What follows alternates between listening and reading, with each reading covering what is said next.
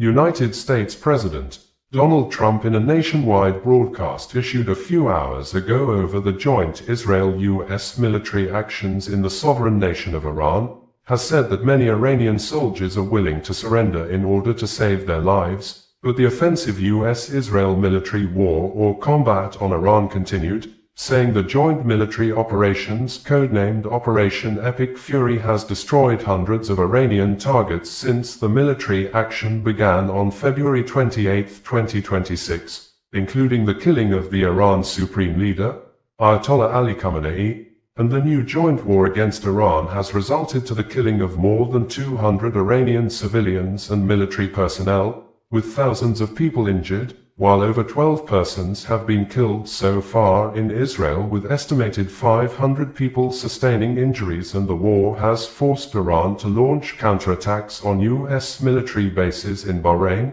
Kuwait, Qatar, and the United Arab Emirates, U.A.E. This, Iran Foreign Minister Abbas Araghchi had said Iran will not surrender, stating that, despite the massive airstrikes on Tehran, Iran's military capability remains intact, adding, Iran was able to retaliate faster than it did in the 2025 12-day war, and that its mosaic defense doctrine makes it resilient to infrastructure damage. Araghchi called the killing of Khamenei absolutely unprecedented and a major violation of international law, warning it had made the conflict even more dangerous and more complicated, saying, Khamenei was not only Iran's political leader, but a high-ranking religious leader for millions of Muslims, even outside of Iran, across the region, pointing to protests that had erupted in Iraq, Pakistan and elsewhere where the leader had followers. In line with this, Al Jazeera news media also reported some minutes ago that Iranian missiles have been seen over Tel Aviv and the occupied West Bank,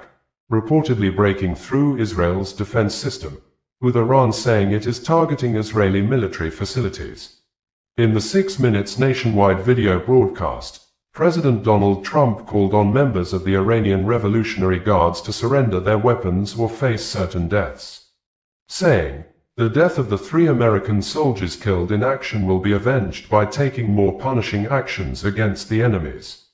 President Donald Trump said there will likely be additional American deaths during the combat mission in Iran, which he said would continue until the U.S. achieves its objectives. Combat operations continue at this time, in full force, and they will continue until all of our objectives are achieved. We have very strong objectives, he said in a video posted to Truth Social, without specifying in detail what those objectives were, according to CNN. President Trump said 9 Iranian ships have been destroyed so far in the Operation Epic Fury.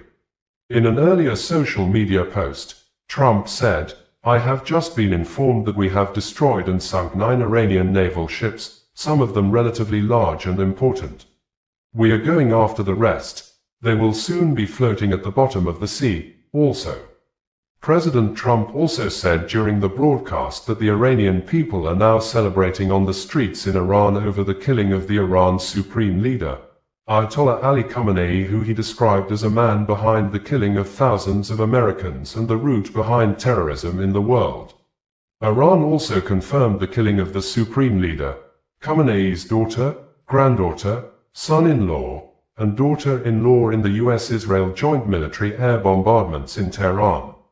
Iran News Daily reported that the Iranian parliament speaker, Mohammad Bagher Ghalibaf, said, we have prepared ourselves for all scenarios, and plans have even been made for after the martyrdom of Imam Khamenei. You will see that with the formation of a leadership council, authority will take shape among the people and officials. The media also reported that the Iran's military has launched 4 ballistic missiles targeting the U.S. aircraft carrier USS Abraham Lincoln in the Gulf, in response to U.S. and Israeli strikes that resulted in the death of the country's supreme leader. Spokesperson for the Qatar al-Anbiya Central Headquarters, the Unified Combatant Command of the Iranian Armed Forces, Colonel Ibrahim Zolfahari said, Iran will not bow to America. The enemies are delusional if they think they can defeat Iran by assassinating the leader of the revolution and the Islamic Republic. The Islamic Revolutionary Guards Corps, IRGC, also said, We struck with missiles 3 offending oil tankers belonging to the United States and Britain in the Gulf. While some celebrated the killing of the 86-year-old Iran supreme leader, there were demonstrations in Lucknow, the capital city of Indian northern state of Uttar Pradesh, and Kargil, a city in the India-administered Union territory of Ladakh, in mourning the martyrdom of the leader of the Iran supreme leader. Protesters were also seen destroying U.S. properties at the U.S. consulate in Karachi city of Pakistan. Iranian media reports, citing the Red Crescent, had stated that at least 201 people have been killed across 24 provinces in Iran since the war began on Saturday. Nigeria Islamic cleric, Sheikh Ahmed Gumi, has also reacted to the death of Iran's supreme leader, Ayatollah Ali Khamenei, describing him as a lucky soul who died in jihad. In a post shared on his Facebook page on Sunday, Gumi said Khamenei died in jihad against killers of innocent children and women in Gaza and elsewhere. He added that Khamenei's blood will fuel the change in the Ummah, noting that the Iranian leader stood firmly for justice and did not hide in bunkers. Gumi wrote, Ayatollah Ali Khamenei, a lucky soul, he died in jihad against killers of innocent children and women in Gaza and elsewhere. His blood will fuel the change in the Ummah. He stood firmly for justice and didn't hide in bunkers. For those who killed him or assisted in killing him, let us see what they will live to do in this world. Iran state television has announced a 40-day mourning period and 7 public holidays in his honor. With the martyrdom of the supreme leader, his path and mission neither will be lost nor will be forgotten. On the other hand, they will be pursued with greater vigor and zeal, a presenter said. Khamenei, 86, had been Iran's supreme leader since 1989. U.S. Military Central Command confirmed that 3 U.S. service members were killed and 5 others seriously injured in combat operations. Iran has launched extensive counterattacks, firing hundreds of ballistic missiles and drones at Israel, hitting areas like Beit Shemesh and Tel Aviv and U.S. military bases in Bahrain, Kuwait, Qatar, and the U.A.E. Over 200 people have been reported killed in Iran, with a single strike on a school in southern Iran resulting in at least 165 deaths. This current 2026 war follows the 12-day war on June 13 to 24, 2025, a prior direct military confrontation between Israel, the U.S., and Iran that ended in a ceasefire. The 2025 conflict was triggered by Israeli strikes on Iranian nuclear facilities. It involved over 1,500 Iranian missiles and drones fired at Israel. The U.S. thereafter conducted Operation Midnight Hammer in June 2025, using B-2 stealth bombers to strike nuclear sites at Fordo, Natanz, and Isfahan. As of March 2, 2026, local media reports in Israel indicate that at least 12 people have been killed in Israel since the current conflict with Iran escalated on February 28. The deadliest single incident occurred in the central Israeli town on March 1, where an Iranian ballistic missile struck a residential building, killing 9 people. 1 woman was killed by falling shrapnel during strikes on Saturday, February 28 in Tel Aviv. Over 500 people have been reported injured across the country due to missile impacts, shrapnel, or accidents while seeking shelter.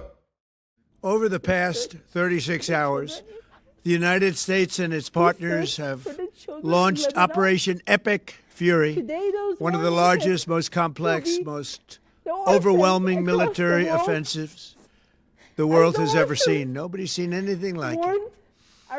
We have hit hundreds of targets in Iran, including Revolutionary Guard facilities, Iranian air defense systems. Just now, it was announced that we knocked out 9 ships plus their naval building, all in a matter of literally minutes.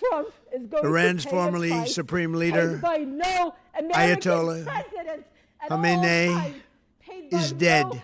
This wretched and vile man had the blood of hundreds and even thousands of Americans on his hands and was responsible for the slaughter of countless thousands of innocent people all across many countries.